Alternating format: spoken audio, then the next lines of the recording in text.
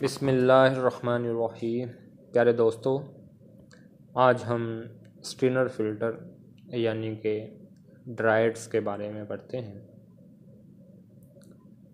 Refrigeration air conditioning यूनिटों के लिए ये बात इंतहाई ज़रूरी होती है कि सिस्टम अंदरूनी तौर पर मुकम्मल साफ़ और नमी वगैरह से पाक हों।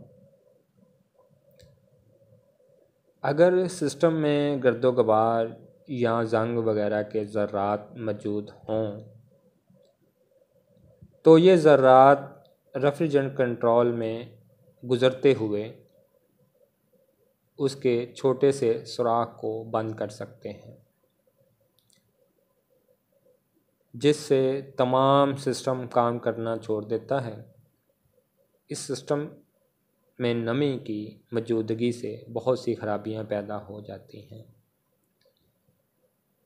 क्योंकि नमी लुब्रिकेशन ऑयल या रेफ्रिजरेंट के साथ मिलकर कीमियाई अमल कर जाती है।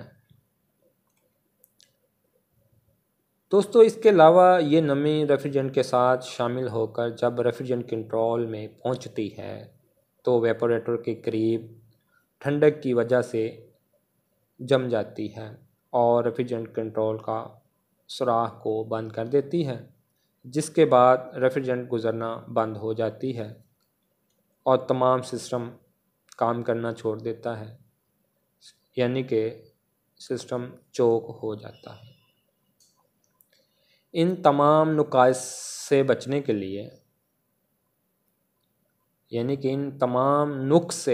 लिए सिस्टम को अंदरूनी तौर पर इंतहाई साफ़ रखा जाता है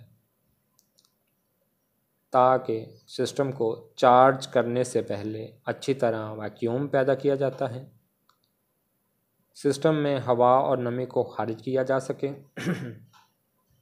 इन एहतियाती तदाबीर के बावजूद सिस्टम की लिक्विड लाइन में मुस्तकिल तौर पर एक ड्रायर लगा दिया जाता है।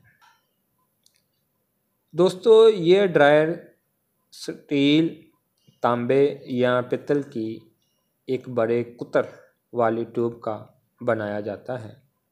इस ट्यूब के अंदर दोनों तरफ फिल्टर्स लगा जाते हैं ताकि अगर सिस्टम में गर्दो गबार वगैरह के ज़रात मौजूद हों तो इनको रेफ्रिजरेंट कंट्रोल की तरफ जाने से रोका जा सके। ये फ़िल्टर बारीक जाली के बने होते हैं। दोनों फ़िल्टरों के दरमियान में नमी जज़ब करने वाला केमिकल भरा होता है जो नमी को अपने अंदर जज़ब कर लेता है ताकि रेफ्रिजरेंट नमी से पाक होकर आगे जाए। और इसमें जो केमिकल भरा जाता है इसको सिलिका जेल, सल्फेट,